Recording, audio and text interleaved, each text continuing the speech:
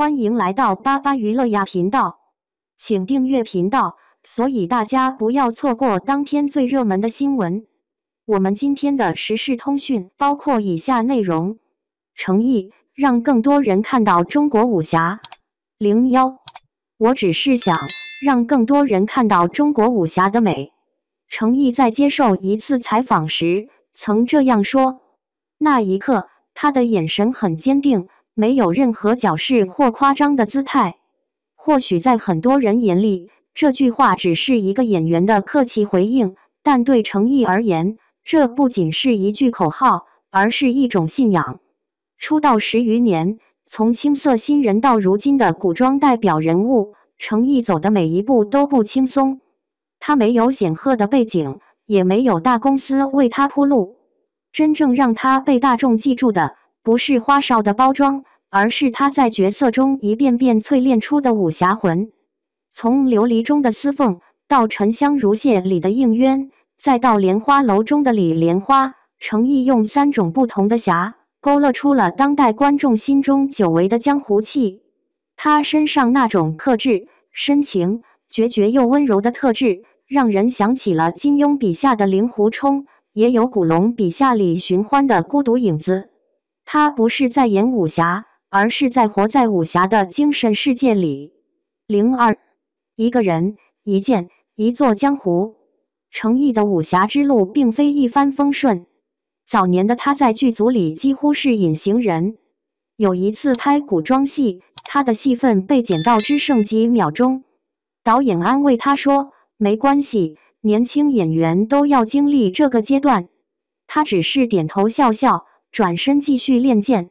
诚意真正被观众看见，是琉璃，那个被命运折磨的体无完肤，却始终守护心中爱情的司凤，让无数观众破防。他眼神中的克制与痛苦，是内敛的、含蓄的，却又极具爆发力。琉璃之后，诚意没有选择轻松的现代偶像剧，而是继续扎根在古装戏中。这条路艰难且孤独。古装剧市场越来越同质化，很多演员都开始转向流量更高的都市剧、甜宠剧，唯独他仍在坚守属于自己的江湖。我喜欢那种有剑、有风、有义的世界。他曾说，这句话看似简单，却是他演艺生涯的核心。03，从演员到侠者的自我修炼。如果仔细观察诚意的角色线，会发现他几乎从不重复自己。司凤是被命运捉弄的情痴，应渊是高洁如雪的神仙，而李莲花是他真正的蜕变。莲花楼里的李莲花是一个被世人误解的江湖医者，看似落魄，实则藏锋。诚意用极其细腻的表演，将一个病中之人的倦怠与锋芒演绎得淋漓尽致。那种无声胜有声的表演力，让人看到他对角色的打磨已经到了一种极致。他在剧中有一句台词：世人皆有病，唯心病最难医。这句话也像是他说给自己的。从外形上看，诚意的侠气是温柔的、内敛的，没有张扬的剑意，却有一种从容的力量。他不靠怒目圆睁，也不靠咆哮取胜，而是用细微的呼吸、缓慢的眼神转换，让观众沉入角色的情绪。有人说他太安静，但诚意自己明白，真正的武侠从来不靠喧嚣。04，武侠对他来说不只是角色，而是一种信念。如今的影视市场里，武侠剧早已不再是主流，仙侠、甜宠、都市剧轮番上阵，唯独武侠显得老派不流行。可诚意仍然愿意拍。他深知武侠的魅力不在于打斗场面，而在于人心的意。在接受采访时，他坦言，我希望大家能重新看到中国武侠里的浪漫，那种以剑为信、以义为魂的浪漫。他特别喜欢一段话，江湖不在刀剑间，而在人心里。或许这就是诚意的创作底色。他不是追逐热度的演员，而是一个在镜头前悄悄守护着古典精神的匠人。05，幕后故事，一个演员的修行。莲花楼拍摄期间，程毅为了呈现李莲花虚弱却坚毅的状态，每天都要控制饮食，只吃清淡食物，还要在凌晨独自练习剑法。有工作人员透露，他经常在片场最后一个离开。有一场雨戏，导演本想用替身，他坚持亲自上阵。拍摄过程中，雨水混着泥泞灌进他的衣服，连续拍了10几条才满意。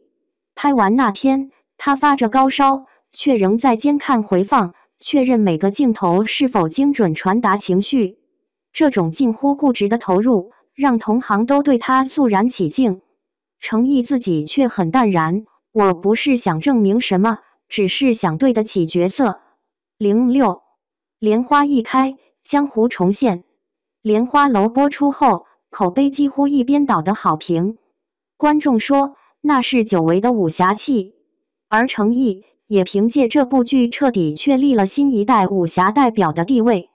在流量至上的时代，他的成功显得有些反常，没有营销，没有炒作，没有话题，却靠作品一举封神。有网友评论，他像是从旧时代走出来的演员。是的，他的身上有种稀缺的老派气质，不急不躁，不刻意迎合潮流，只靠实力说话。他用李莲花告诉观众，真正的江湖不是刀光剑影，而是人心的善与恶，情与义。07从演员程毅到文化传递者程毅。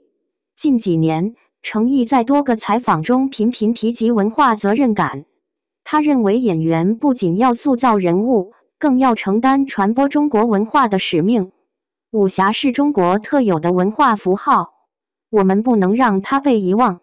因此，他参与的许多项目都试图在传统美学和现代叙事之间找到平衡。例如，他在赴山海中融入《山海经》神话，在《英雄志》中延续家国与侠义的主题。在他看来，武侠不仅是一种艺术风格，更是一种文化根脉。外国有超级英雄，我们有侠客。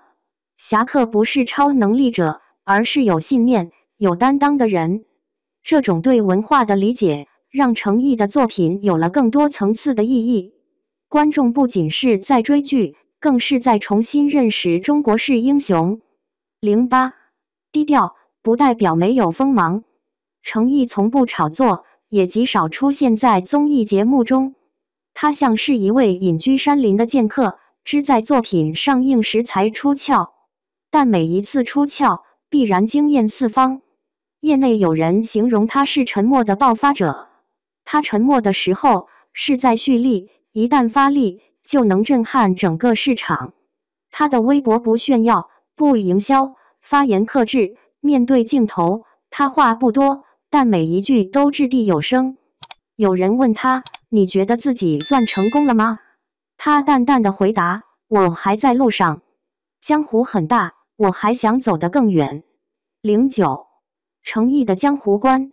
在程毅眼中，真正的江湖不止于打斗与恩怨，更是一种精神延续。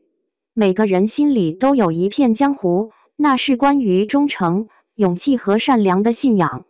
他喜欢读古龙、金庸，也喜欢研究老电影。他说自己最感动的是那些看似平凡却选择挺身而出的人。